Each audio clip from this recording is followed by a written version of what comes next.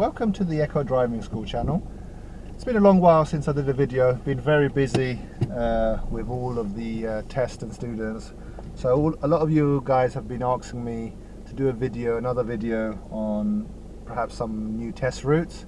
So although this isn't a new one, we're going to do another one just now. And obviously I'll give you a commentary as I've done, and just a thank you to all those people who have viewed it. Some of you have obviously contacted me and become students and passed since. So I'm hoping that you know, any little contribution that I can do to help you guys pass your driving test, this is my little contribution. So this is where we begin. So as you know, this is the test center. Coming out from here, try and position yourself, give a left signal and position yourself on the left hand side. They've recently done road markings, so road markings are a lot more clearer. Remember, as you're coming out from the test center, it's 10 miles up to the gates, and then after that it's your normal speed, which probably you're not going to get any more than 20.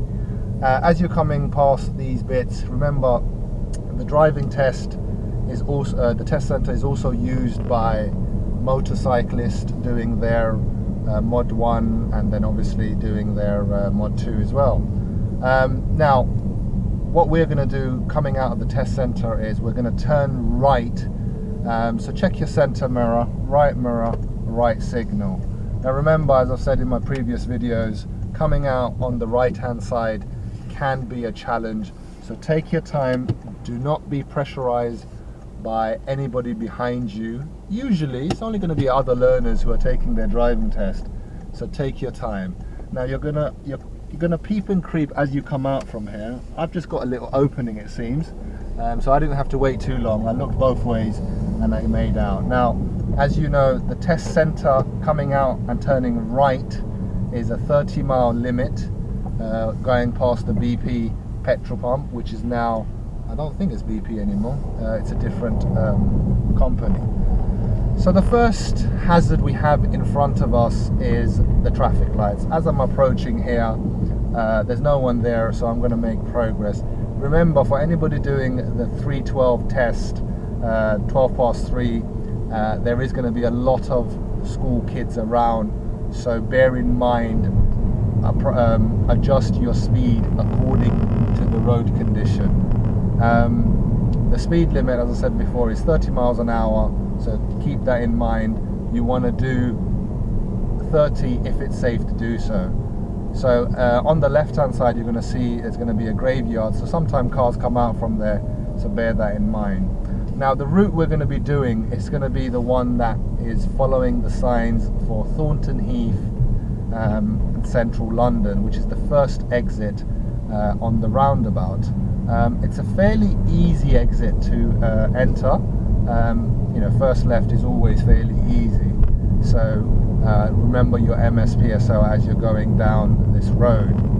The traffic seems to be flowing okay, so I'm going to make progress at 30 miles an hour and look at the traffic ahead. Remember, for anybody starting off, your MSPSO is important, your MSM routine is important, which is mirror signal maneuver. And when you're obviously stopping in traffic, remember the tires and tarmac. So from where the driver is seated, you need to be able to see the cars in front, tires and the tarmac on the floor. So we're just approaching the sign. Through here, the sign will say Central London, Thornton Heath, A23. It's the first exit, so I'm going to check my center mirror, left mirror and position myself through the bus stop on the left hand side. As I'm approaching here, there's a little bit of traffic, so there's my tires and tarmac. Notice how I haven't signaled yet. I'm waiting for 5 to 6 car length space before I give a left signal to tell people my intention. As I'm moving along here, I'm looking on the left hand side, looking on the right hand side. As I said, seems to be a mid-afternoon traffic. Now some people say traffic is good, some people say they would like to sit in their test, and will their test be abandoned? The answer is probably not for these kind of traffic. So there's my signal now coming on. I'm turning left, first exit, so not an issue as here. Now, obviously we have to give way to the right. There is a little bit of traffic and there's quite a few cars turning in the same direction as I am, so you will have to negotiate through these traffic. So look for cars blocking the traffic on the right. So the white vehicle on my right is just blocking, and then I've got another one, and these guys have waited, so I'm going to edge it forward and I'm going to join the traffic here. Now there's nothing wrong with doing that, but you just got to bear in mind the cars coming from your right, so have a look at them, and you've got to work on how to filter the traffic through. Again, in these kind of situations, you've got to edge forward to make sure that you are making progress, and look at your right mirror, and if there's a car in front of you, then allow them to filter through and you filter to the next opportunity until you get into a single lane. So here we've just turned left at the traffic lights, roundabout, and we're going ahead. As I said, there was a little bit of traffic on the mouth of the roundabout, which has since disappeared. So I'm making progress now. I have a pedestrian crossing. I'm looking left, I'm looking right, there's no one at the crossing. So now I'm going to make progress ahead. Just changed it into third gear, because obviously my speed I need to reflect my speed with my gears, and making progress ahead. Now for anybody doing tests in the morning, this route is usually fairly empty. Just from experience I can say that. It gets busy generally in the afternoon tests, and obviously at the weekends. And I haven't, today's Saturday, so obviously I'm just doing this in my spare time to help you guys out. Now, again, just making progress. You can basically let go of the clutch and just let the car roll. If you're driving a diesel car, remember the car will just roll forward without you actually having to gas. But just remember, in my experience, a diesel car, you want to clutch down 3 car lengths before stopping. In a petrol, it's probably about a 2 car length before stopping. So we're just going to make progress ahead here. Again, just reiterating the tyres and tarmac. I've got my handbrake up now. Any time where you're in traffic and you're waiting there more than a few seconds, you should put your handbrake on and secure the car. And obviously don't, a lot of people sometimes have a bad habit of keeping their foot on the brake. Remember, in the daytime it's not a big issue, but at night time you get a lot of glare from the actual brake lights of other road users, and that can be quite a bit of a glare that can really hurt the eyes. So do get into the habit of using your handbrake. So I've just got the bus signaling. So highway code rule, when a bus signals and if it's safe for me to do so, I need to allow the bus to come out. Now through here, the examiner might actually want you to do the independent driving. Now most people who are watching this video will probably be, have heard of the independent driving, where you're going to be expected to drive for 10 minutes following a series of directions. Now sometimes they could be where the examiner gets out a little booklet and shows you where to go following a diagram. Other times it could be where you are following signs, or it could be a combination of both. Now the sign I would like us to concentrate on is following the signs for Thornton Heath and Selhurst. A lot of people get confused at this roundabout. It is a roundabout, but it is a traffic light controlled one-way system roundabout, which means that you don't need a signal on approach to the roundabout, even though you are going all the way round and you are going past the 12 o'clock position. What it means is you need to position your car. So just have a look at the video and you'll see the sign. I'm just going past it now. Selhurst and Thornton Heath B266. So I need to position myself on the right hand side. I won't signal on approach. It's green light and cars are waiting for me. So I'm going to stay on the right hand side all the way, making sure I'm looking at my side mirrors for any cars, because both traffic follow at the same time. And then I'm going to maintain this lane and come to a small pause here because I've got another traffic light. And just there again, the sign is confirming Croydon, Selhurst, Thornton Heath. Now the Thornton Heath and Selhurst are all the way on the left. So as I go past here, I change gears and move as far to the left as possible. I check my left mirror and I don't signal just yet. I signal just before the traffic lights, which is now. Now as I turn here, you're going to notice one thing. You're going to notice that there is a zebra crossing just after you turn. Now that's why when you turn over here, you've got to make sure you never turn fast. You never turn fast into a blind junction. And what makes it more difficult here is you've got a pedestrian crossing, which is a zebra crossing.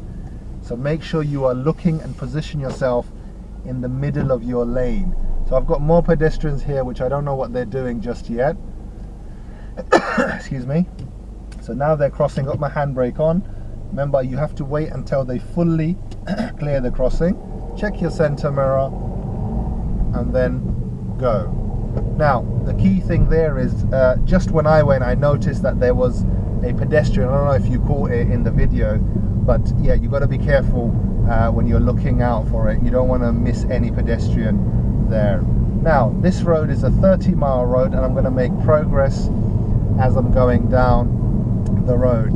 One of the key things to remember about this route is there are a lot of pedestrian crossing. So make sure you are good when it comes to understanding the MSPSL routine. For anybody who doesn't know that routine, which to be honest everyone should do, it's mirror, signal, position, speed, look. So I'm just coming up to another crossing. Now just to remind people, this is a 2 crossing because it has an island in the middle. So there's no one at the crossing, which I've just made. I'm going past a bus, and the bus is not signaling, so it's safe for me to overtake. As I come again, I've got a signpost that says humped crossing, so which basically means there is a hump on the crossing. And again, it is 2 crossings because it has an island in the middle. So I'm looking right, there's no pedestrian. I'm looking left, can't see a pedestrian, and I'm approaching with caution and making my progress. So there's a car waiting on the left. I'm not sure whether the car's going to go or not, so I'm going to keep making progress. As I come through here, there is a bend coming up. I'm going to still maintain second gear because you've got the car wash here and there's a few cars trying to peep out. So just to be cautious, I'm going to not change gears here. So this is my other crossing. There's a lot of, again, cars around, so I'm going to drop a gear into first, and then there's another woman who's about to cross. So bear in mind, a lot of crossings, and we're continuing on this route. So there is another pedestrian on the right. I don't know if he's going to cross yet, so I'm going to be a bit cautious. And there you are, I was right and he did cross. So you should need to look out for people who are going a little bit slow towards the crossing, just in case. Now at the roundabout we're going to turn left. So first exit, here's my signal, and like the other road, as soon as you turn into this road there is a zebra crossing and you need to look out for it. This woman's going to cross and there I am waiting for her. She's just given me a thank you. And there's another person waiting, so I'm going to wait for them and use my handbrake. They need to be 100% past the crossing. Check your mirrors and then make progress here. Now, usually when I've sat in the back on a test, sometime they could tell you, can you stop on the left? So we're just going to stop on the left here. And then what the examiner will do is, if they want to do the independent driving that involves getting out a diagram, then they will stop the student here, and then they will ask the student, or they get a book out and they will say to follow what I'm going to say now. So on the diagram, what it usually would say is, can you please move off and take the first right, follow that road through, and then take the first left at the roundabout, follow the road ahead, second exit. And then they will expect the student to repeat that. And if you have any questions in terms of if you don't understand, then you should ask the examiner at that point, and the examiner will clarify it. So we're just moving off, and we're going to do that independent driving quickly. So the examiner said take the first road on the right. So center mirror, right mirror, there's my right signal. I'm coming up to a crossroad, so I'm going to approach with caution. Now remember, you've got priority here, so you need to block up the cars, and then you need to, this guy's giving you way, so you can then do it like that. Then check your mirrors and go into second gear. Now you've got a sharp bend ahead. For experienced drivers, second is okay, but first is also okay. So depending on what you can handle, you can do. And then the examiner said take the first available road on the left. So it's just this one here now. So mirror, mirror, there's my signal. I can just about see the road coming up. It looks quite sharp. I'm going to put it into first gear and then bring my clutch up and take the turn. As I look coming over here, you've got to be watching out for meeting situation. So just there, the woman decided not to wait for me, so therefore I had to handle that. So approach with caution. As you're coming in here, the roundabout is in front of us, and what I said at the roundabout, the examiner said, is follow the road ahead, second exit. So at the roundabout, my right hand side is very blind, which basically means I need to pause at this roundabout so that I can deal with the situation at hand. So I'm going to peep and creep. There's no one coming on the right. Left is clear, front is clear, and then I'm going to go. Now, for one of the really main issue about this part of the road is there's a lot of meeting with other cars. So you need to make sure you are planning this route well. So make sure you check your left mirror, so you got MSPSL. I'm just going to tuck in to allow this car to go, and both of us can pass. Check my right mirror as I'm coming out, and I can see another car coming now. So as I see this car coming, I'm going to be pulling up just to allow the car to go. But remember, when you pull up, make sure you leave about a car width away from the car in front, so therefore you can make that one quite easily. Now we're just going to check my mirror again. The car's pulling in for me. No, it's not, so I'm going to pull in. So again, some cars could be quite undecisive. Don't assume anything to do with the cars. Always assume that they will not give you way. Now this road is a 20. The signposts are fairly hard to see. There is just one on the left hand side coming up just after this maroon car on the left. Hopefully the video is catching it. 20 miles an hour, so make sure you do not do anything more than that. I recently had a student who failed his test for doing 26 on a 20. So they are harsh if the situation demands it. So another meeting situation coming up. The car is coming, so I'm just going to check my left mirror and tuck in to allow the car to go. Just remember, meeting situations are not difficult as so long as you plan it correctly. Plenty of left and right mirrors as and when you do it. Now checking my center mirror again and making progress, working through the road. And then what the examiner said is he would like us to take the next road on the left. So center, left mirror, and then waiting until I get 5 car lengths before the turn. Now give a left signal. Now this turn is quite sharp, so I'll put it into first, roll the car, bring the clutch up, make sure you don't coast around the corner, and then you've got this very narrow bit here. Now remember the sign here, it's a little bit hidden. The sign says give way to oncoming vehicles. So make sure you don't just follow the other vehicles blindly without reading the sign, because other cars will be waiting for you there, and if the examiner deems that you have affected another road user, then you could fail for that. Now I'm just check my right mirror. I'm going to go through this tight spot. Again, you can do it in first gear or second, depends on what you feel comfortable. Both are correct.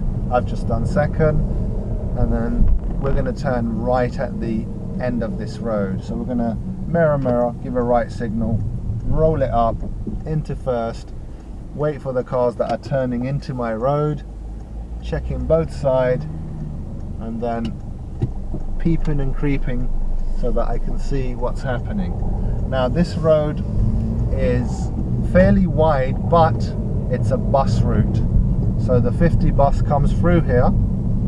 So make sure that when you are approaching buses, you give them plenty of space like I did, and then when you want to pull out again, reiterate the right mirror and the left mirror are very important. This is also a continuation of the 20 miles an hour zone, so we've got more cars meeting. Now remember, the road that I am coming into is a left turn only. For people who haven't seen the no entry sign, it's right in front of us. You can't miss it. If you do, then you need to look out for them, or perhaps see if there's any issue with the eyesight. Now here we are going to make progress. Now what the examiner, look at the sign again, it's saying that the road we are approaching is becoming a two-way road, and the examiner said at the end of the road turn left. So we are just approaching again. There's a little bit of traffic ahead, got a bus stop, and now this is Norbury High Street. For anybody who lives in the area or not, this is obviously Norbury town centre, and it's fairly busy here on a Saturday afternoon, so be careful for pedestrians as you come out from there. It is one singular lane here until you get to the end, and even then we're going to be turning left, so if you can, you try and position your car more to the left. You just got to look at the situation and judge it at that moment, because sometimes there could be parked vehicles. There's like a disabled bay on the left, and we have that Mercedes car on the left, so therefore it's all going to be singular traffic. Now the examiner said turn left, so here by now I'm going to give a left signal because I'm about 5 car lengths away from the junction, and I'm going to make progress. Again, just to remind people, it is a town centre, so there's going to be plenty of pedestrians crossing in front of you. You cannot rev your engine or intimidate pedestrians to cross quickly. You have to be patient and allow them to cross. Again, you come here, you take a pause, use your handbrake, look for the gap. The gap won't always come, but when you see one, take it. Try and make eye contact with the traffic on the right to determine whether they're going to let you go or not. So this guy's just kept it clear, so I'm just going to edge it forward and actually constantly making eye contact as and when I'm turning, obviously looking at the road ahead to see, and the left mirror for cyclists. Then you've got a pedestrian crossing coming up. It's actually a toucan crossing, so anybody doing their theory, you know, maybe leave a comment on the video and tell me what a toucan crossing is.